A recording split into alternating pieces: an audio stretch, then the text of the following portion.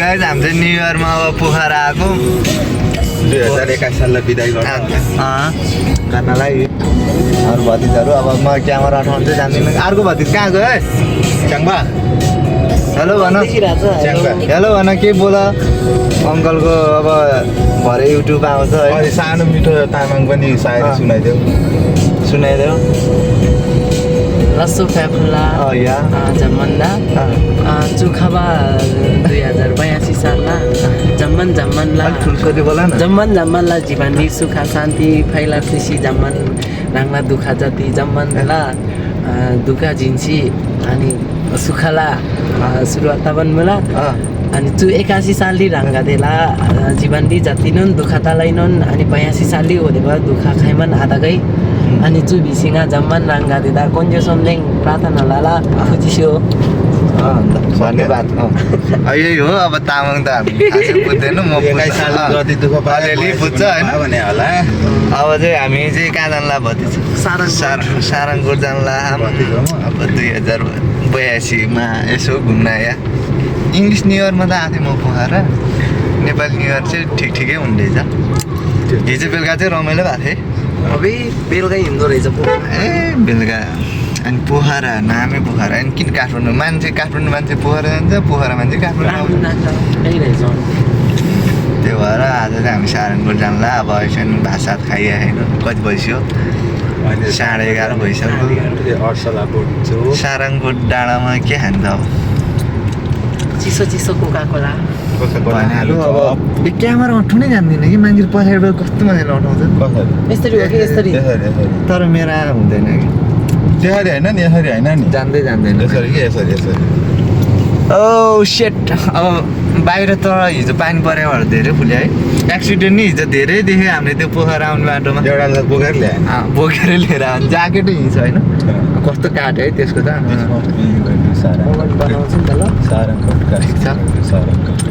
मेरो भ्लगमा सबैजनाले माया गरिदिनु होला सब्सक्राइब गरिदिनु होला अब के भन्ने लाइक कमेन्ट सेयर के हो धुन्धान रमाइलो गरिदिनु त अनि पो भाइरल हुन्छ त एउटा दुइटा हुन्छ भाइरलै हुन्न अन्त सारङकोट यता माथि हो सारङकोट जाने सारङकोट मासतिर सारङकोटको डाँडामा आऊ बस काहीँमा भन्ने अब हामी बाटो चाहिँ यस्तो छ कस्तो दामी आउँदो रहेछ भ्यू त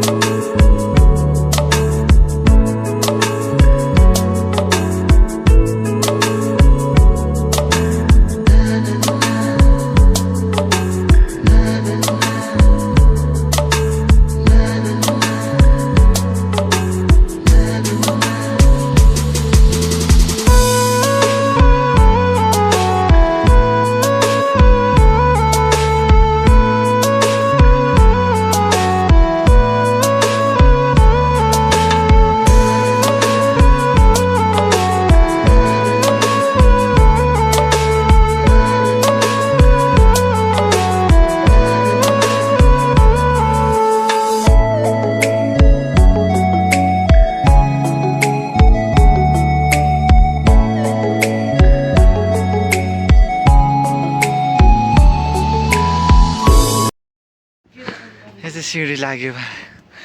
कति गाह्रो हिँड्नु नि सानो हुँदैछ है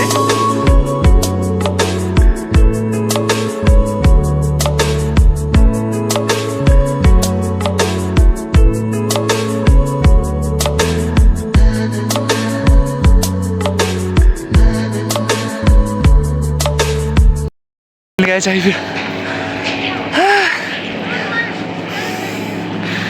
ए हिरो कत्रो गणेशको मूर्ति बोल्न पनि सक्दैन रहेछ यहाँ उलिँदा गणेशको टाउको पनि कतिवटा अनि हेर्नु त यस्तो हो नि कहाँ त्यो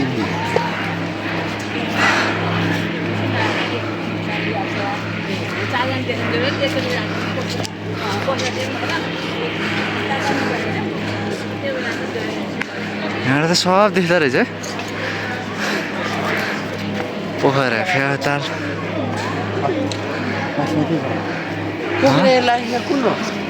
कस्तो पोखरा एयरलाइन्सको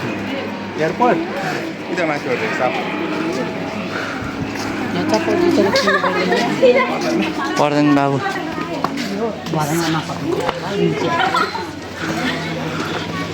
यहाँ चाहिँ फोटोसुट हुँदैछ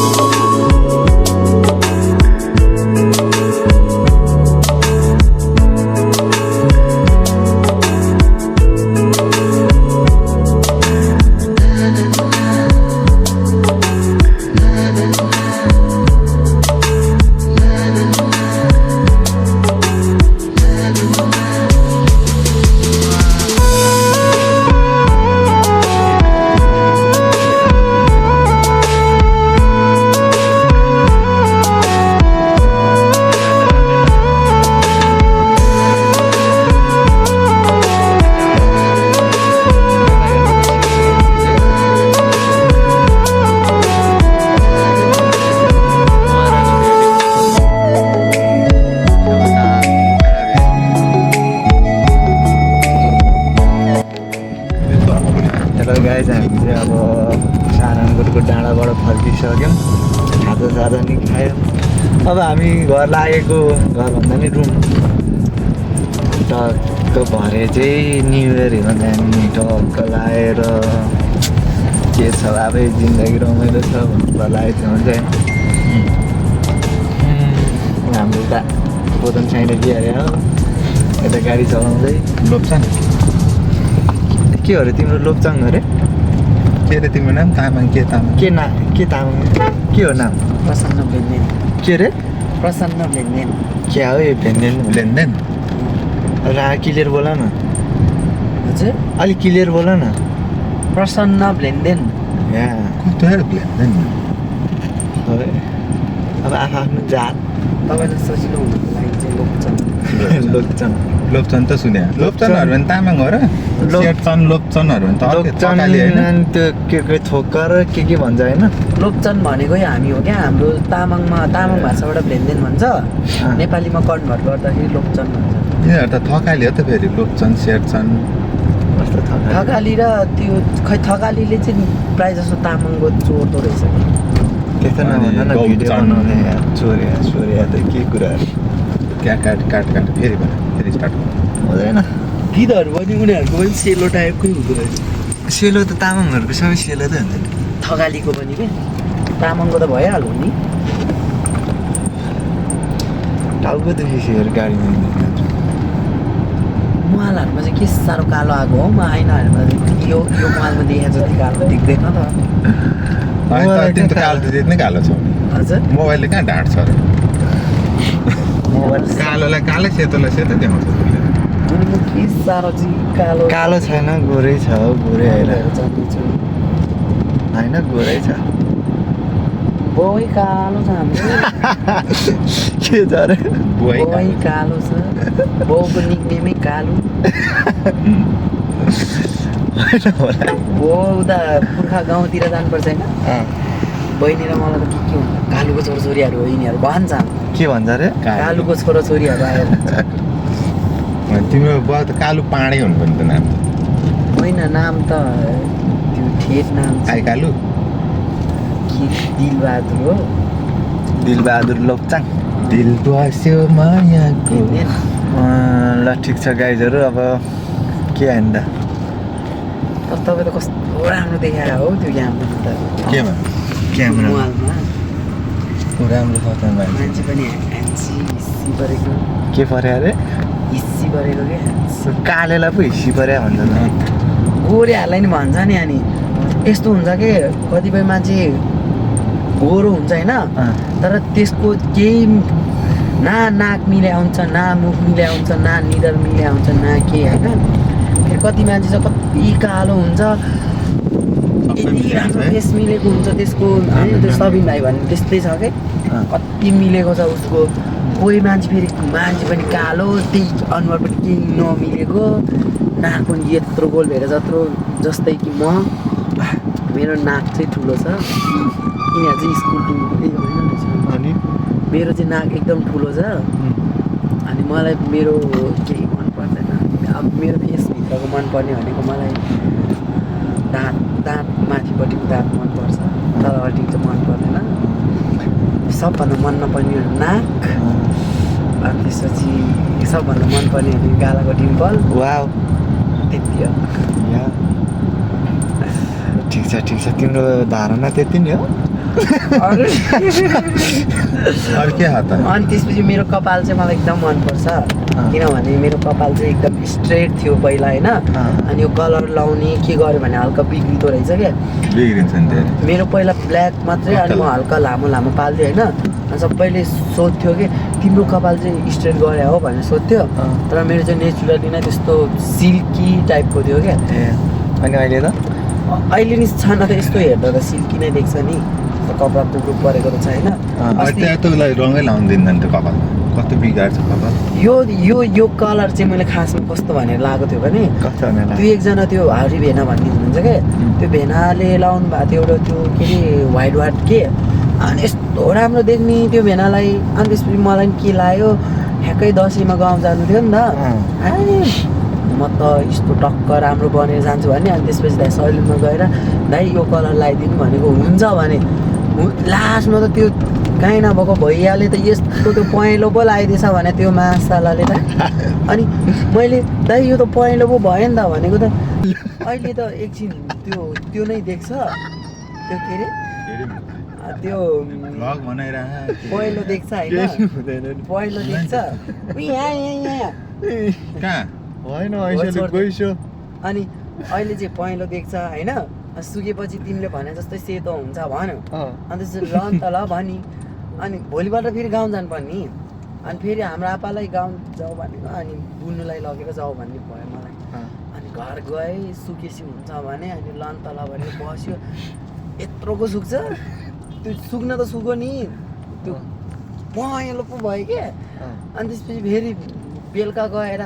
फेरि त्यहीँ गएर भने खोइ त दाइ अनि कपाल सुक्सक्यो पहेँलो पो हुन्छ सेतै हुँदैन भनेको तपाईँको केही दिनको लागि चाहिँ यस्तै हुन्छ अनि त्यसपछि सेतो हुन्छ पो भनेर के भुले त्यसलाई त यस्तो हान्नु मन लाग्यो होइन मलाई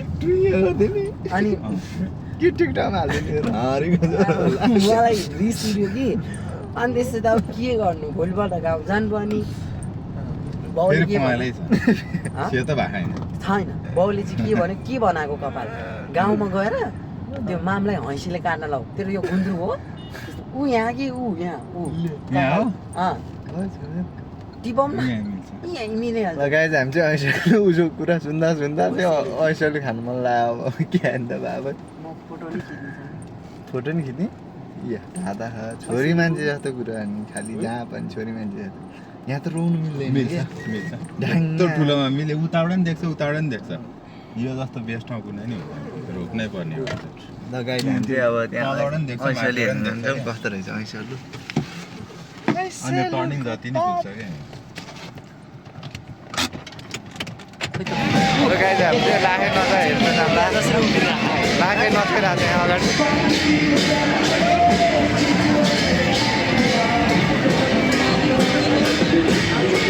लाखे राजा